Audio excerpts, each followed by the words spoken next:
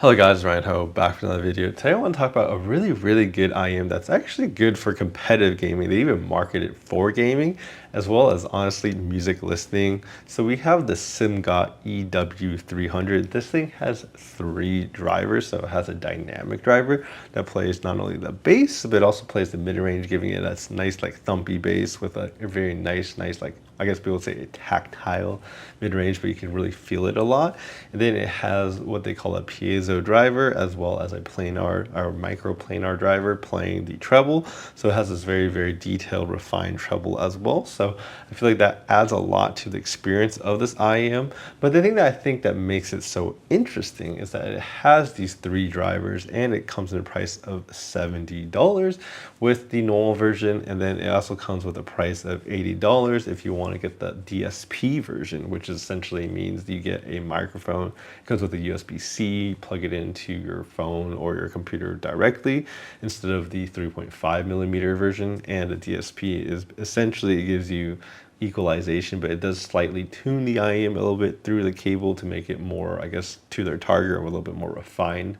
So if you're interested in that one, then the DSP costs just a little bit more. So today I want to talk about why I think this is a good, honestly, audio and competitive gaming IEM. Compare it to the DSP version to see, what are the differences in the $10, which one should you get?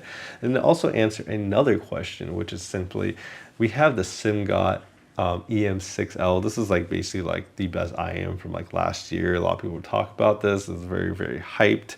I mean, as you can see them side by side, you can tell that, well, they have the same cable, they have the same box, but you actually can tell that the Simgot is built better. It has an all metal shell versus this is a completely plastic shell with, I guess, a little bit of a faceplate, but this is actually built better and it's cheaper by over $40. So, what is the differences between these? Which one is better is, I think, a very interesting question to ask and one that I will definitely give you the answer to. And so, yeah, let's kind of dive in details on this one because I think a lot of people will be interested in this just because of the price point and what it can do is very impressive. All right, so the Simgot EW300, this has some nice features in it. We have the nice FR graph on the back. With the package off, we can see inside we have, I guess, this Love X theme going on. Not exactly sure. I guess there's an X and a heart on each side. I guess it's kind of cute. And yep, exactly what we have. We got an X and we got a heart. Seems to be the theme of this IEM. You got your little heart and then you got your little X. This is made of like some type of metal. You definitely feel the weightiness of it, so it's definitely made of nice materials.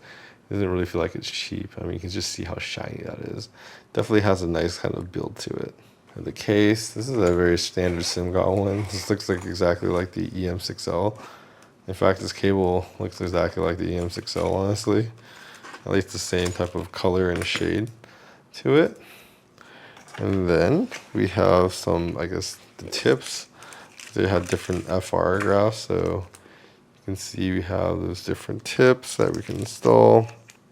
We have different little foams, I guess, you can put inside, and different colored rings. And these gigantic white tips. I feel like these are more popular now. I feel like I keep seeing them in my latest stuff I've been reviewing. So the first thing I'll talk about is the EW300 normal edition. I think this shell is actually better for me just because I like shiny things than their DSP version. It actually has a different shell. It's more of a like matte finish with a nice black, but it's not as shiny. I guess it's less fingerprint magnet-y, but I kind of like my shiny IEMs a little bit more, but they both got the kind of the heart and the X mark on them. I find these to be very comfortable. You can actually see on the backside that, it has this little kind of curve right there that kind of comes out. It kind of fits really well in my ear, but I feel like it has a really good angle. And I feel like that angle is going to be very important because I think that gives it a little bit better, what I call imaging on it. I actually compared it to the Simgot EM6L. This one has an angle as well, but it doesn't really kind of feel as angled. I guess I can show you the guys the same side would probably be helpful. But if you kind of see these like side by side, they're kind of not as angled as the EM6Ls are, just not as much as the EW300. So I feel like the imaging is a little bit better on the EW300 because of that. Now, another thing is just the comfort. Like these use the same tips, all of them use the same tips. I find these tips very comfortable. I use the medium sized one, so I don't really have an issue. The cable itself is also very lightweight. It terminates into a 3.5 millimeter, so really it kind of works with any device. Obviously, if you're using the DSP version, it has a USB type C cable, so you can go straight to your phone. It also comes with a microphone, so you can kind of use your microphone and you can, I guess mute it and stuff like that as well. So it does have a little bit more options, but is, like I said, a little bit more expensive, right? So, diving into really the details of this, we want to talk about the, I guess, sound. So diving into the sound, we have the EW300. So, they actually have their like grass and everything on their box, I guess, for each one, showing you which one they are. So for the EW300, they have right here. I mean, I'll post, measurements on the different tips as well. But essentially, when it comes to the sound, there's actually two different versions, right? So you actually have this one, which is the, I guess, the gold tip version that I was testing. They have the normal, which is basically a silver tip version, or some people call it the pink one and the red one, but it's either gold and pink or red and silver tips. Essentially, it comes stock with the silver tips. I think those ones sound better than the gold tips, in my opinion. The gold tips essentially give you less, well, I guess more bass and less treble. So it's a little bit more warmer sounding, a little bit more bassier, a little bit more, I guess, fun in that sense. But I think the stock version sounds a little bit more cleaner, a little bit more clear, a little bit more balanced. So I think that one's probably the best one, which is what it comes with default. So really the silver version is the better version in my opinion. Now these different versions, like I said, have, I guess, different use cases essentially. They were basically claiming that the gold version is better for gaming, and that's their gaming tip. Now, for me, when I hear gaming, I think of competitive gaming, but maybe they just mean like gaming in general. And we know at large, when it comes to generic gaming, a lot of people like more bass equals more better, if you know what I'm saying. And so if more bass equals more better, I guess the gold tips are better, but in a competitive gaming environment, when I'm testing them, I think the more bass makes, like your footsteps just a little bit more, a little hazier, a little hard to hear through a lot of the bass mix, right? So a little less, it already has a lot of bass in stock form. More bass isn't really better for hearing that. And then the thing I think is the worst part is the less kind of treble or like upper mid range of it. So a lot of your higher kind of sounds or gunshots, they just are less distinct. They don't really kind of, appear above the mix as much because it kind of is pushed down on the gold. So I feel like it just makes it harder to hear the different, highs and the lows of the sound. So personally, not the biggest fan of the gold if you're talking about competitive gaming. But if you want something like, I guess, not to blow out your ears as much, if you think some of the gunshots are too high pitched, then I could see the gold being a little bit more useful. But personally, I would stick with the silver tips. Now, the actual overall sound of this, right, which I guess probably should cover earlier, but the overall sound of this is a fun and kind of bassy sound with a nice kind of vocals that kind of peer out. But the thing that makes this, I guess, a little bit more special is that the treble never gets really hot or sibilant at all. It's very well controlled. I feel like that's where it really shines. It's also very refined and speedy. I think that's really where a lot of its strengths comes from. And then, it has a really decent tuning. I would say the one thing that the DSP cable, if you would say it fixes the sound because it has, a kind of tuning.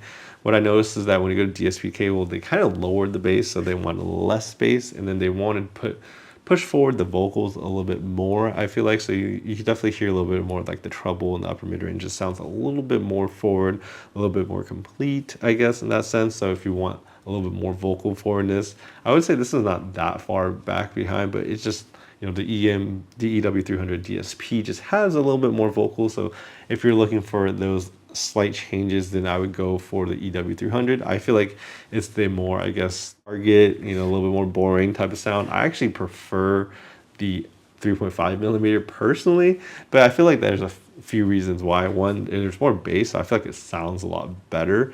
in that sense. And then the other thing that I like about it is that I don't think these DSP cables, like I understand why they exist because they're convenient to use. If you want to plug it in directly to your phone, they can have, the benefits of DSP tuning to tune the IEM to be better. But I just don't think the stock form has a really bad tuning at all. It's very, very, very good already. And I feel like the actual DAC amp quality of a lot of these DSP cables I've tested, I mean, they're only $10 difference. Like they're not high quality DAC amps. So if you have something that sounds better, which, I'll have a lot of things that sound better. Things like the Hydas S8, this one I've been using like all the time. It sounds significantly better than this DSP cable. Like you just hear so much more.